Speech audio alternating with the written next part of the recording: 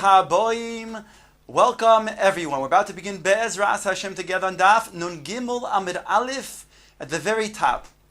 The Torah now tells us that the Kohen Gadol is to burn the Ketores in the Kodesh HaKadoshim.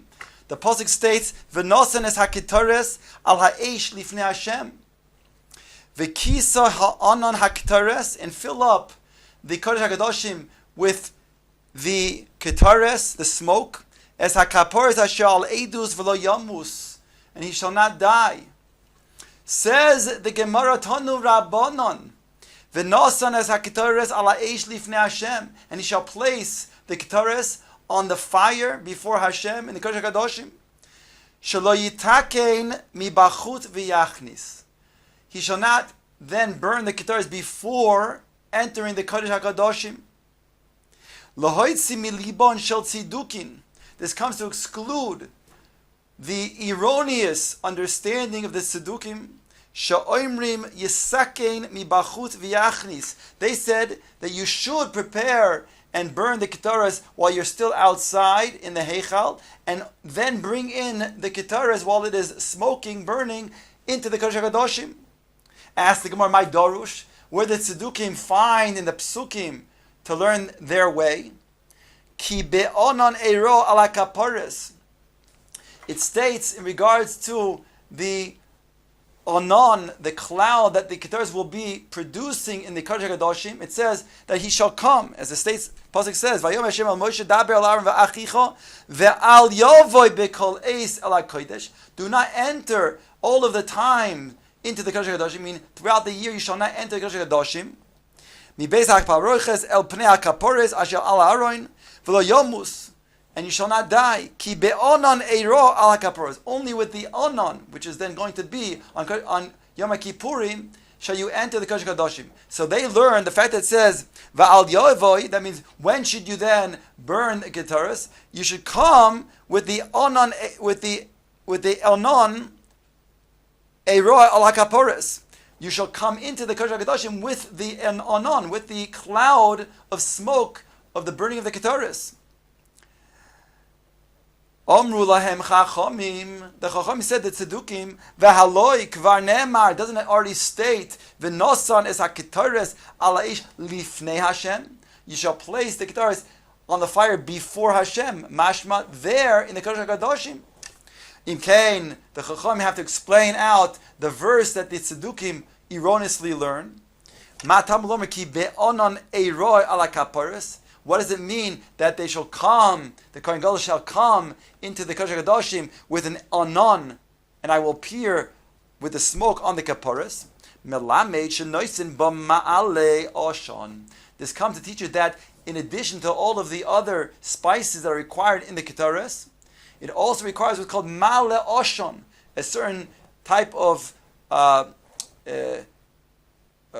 spice, a spice that requires that causes that the smoke rises and elevates vertically. This type of herb, the mala oshan, that has to be included. Uminayin shenoisim b'mala oshan.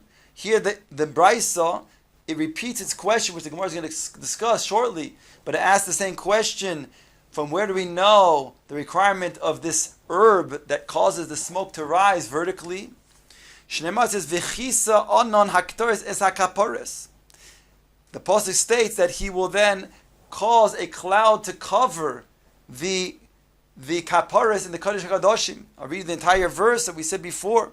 V'nosin haktoris ala eish lifnei Hashem v'chisa onon haktoris es hakaporis asher ala edus v'lo yomus. Holo noson ba male oshon. If he does not, however, use this additional herb within the rest of the ketaras, or he's missing anything else from all of these admixtures of the spices that go into the ketaras, because it says haketaras, which mashma it should be complete. Then he's going to be chayiv misa, as the verse concludes, v'lo yamus. Ask the Gemara, you're saying that he dies if he burns such ketaras, v'tepukle de kamayil bia rekonis. He should have chiyuv misa b'dei shamayim from merely walking into the Kodesh HaKadoshim without there being a complete ketares. Because the pasuk stated before that he's that he has to come with the ketaris. So if he's not coming with a complete admixture of the ketaris, the proper mixture, then if he's missing some of the samamonim, then he's going to be chayiv miso. So why do you have to come on to him burning the ketaris to be chayiv miso? Rav Sheshes hocha b'mayaskinon kigon sheshogag bebia v'hezid behaktara.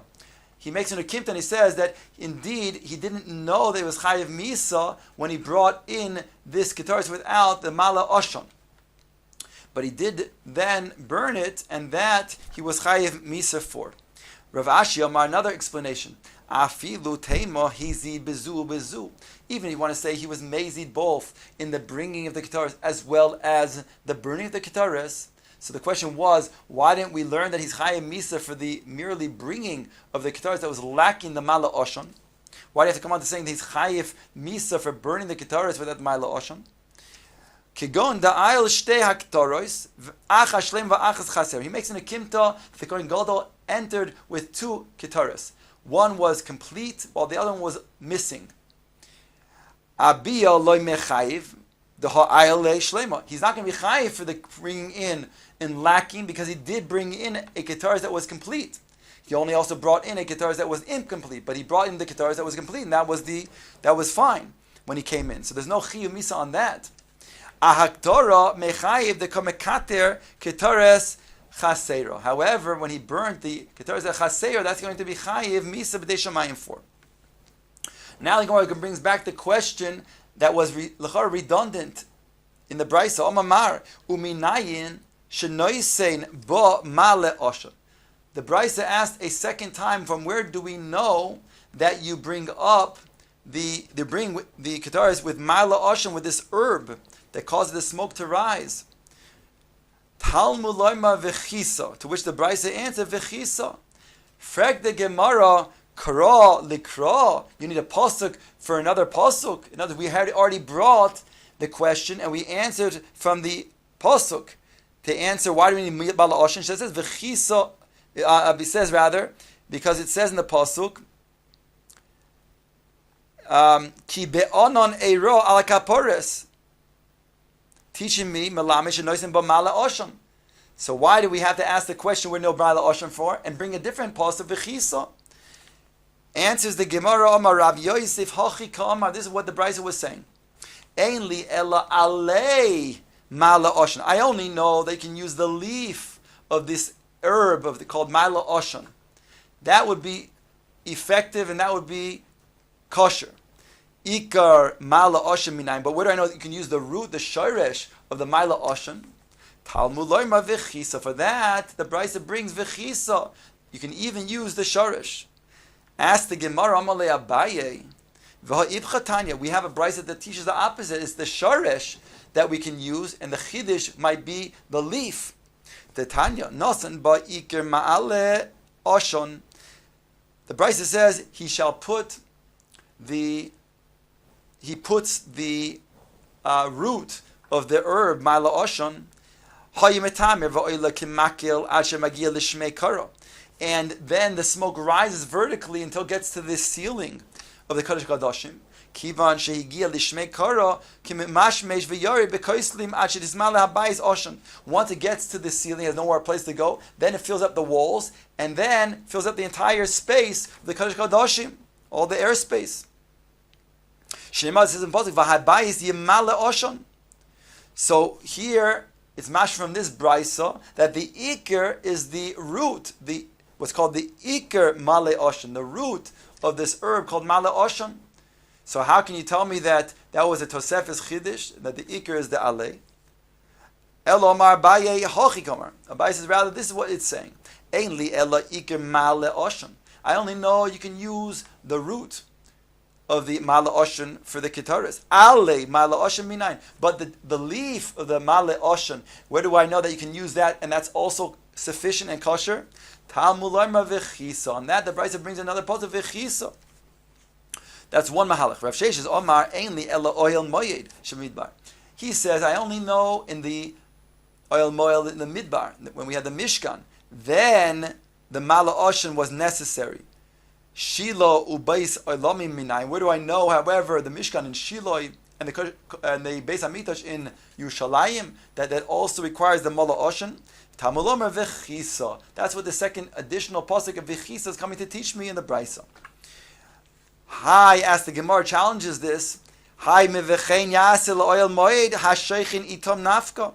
The pasuk itself in the Chumash teaches us that v'chein yaseh, and similarly you shall do la'oil moed hasheichin itom, which is coming to say in addition to the Mishkan in other places also, namely in this case Mishkan Shiloi as well as the Beis Hamikdash. Elo hachigam. Rather, the Gemara says the two statements in the Brisa, bring the two psukim in regards to the Mala Oshen, comes to teach you the following. I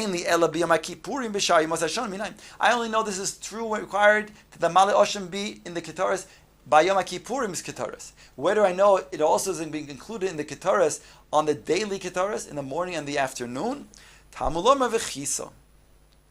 Ravashi said a different understanding why it mentions it twice. Chad mitzvah v'chad akev. It mentions it first as a mitzvah. Once it mentions a second time, we have a principle. It comes to say it's li'ikuva. It will make it possible if it's not used. Rava brings another interpretation why it mentions it twice. Chad la'oinesh v'chad li'azhara. One as a punishment, as one as a warning. Tanya. The Gemara now supports this latter opinion of Rava with the following brisa. Rabbi Elazar Omer v'lo yamus. It says in the pasuk v'lo yamus, he shall not die. Oinesh, that is the punishment. Ki be'onon eiroeh azhara, that's the warning. Yochel, I might think Yushneim Amurin Kodem Misas Bnei Aaron. I might think they're both the warning and the punishment is written, these two psukim, before the death of the children of Aaron, not of Avihu. Tamuloi ma'acharei mois shnei bnei Aaron. Therefore, it teaches in the pasuk after the death of the children of Aaron. Yocham, I think Yushneim Amurin achar misa shnei bnei Aaron. I might think they're both stated after, not before, but after the misa of Aaron. Then Tamuloi mar ki be'onan eiro ala kapores, which is stated, in fact, before the mentioning of the misa of Aaron. HaKetzad, how do we then explain this?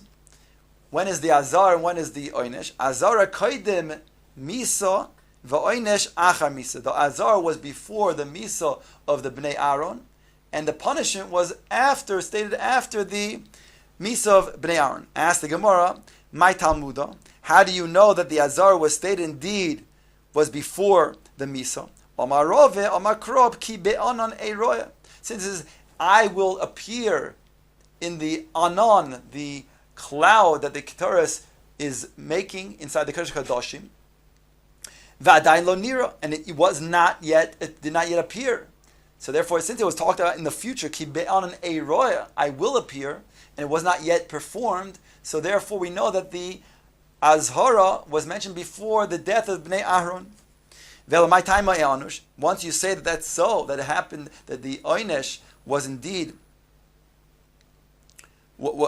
in which case you're asking now, if that's so, that in regards to the Oynesh, the Azhara was before, what's the reason for the Oynesh?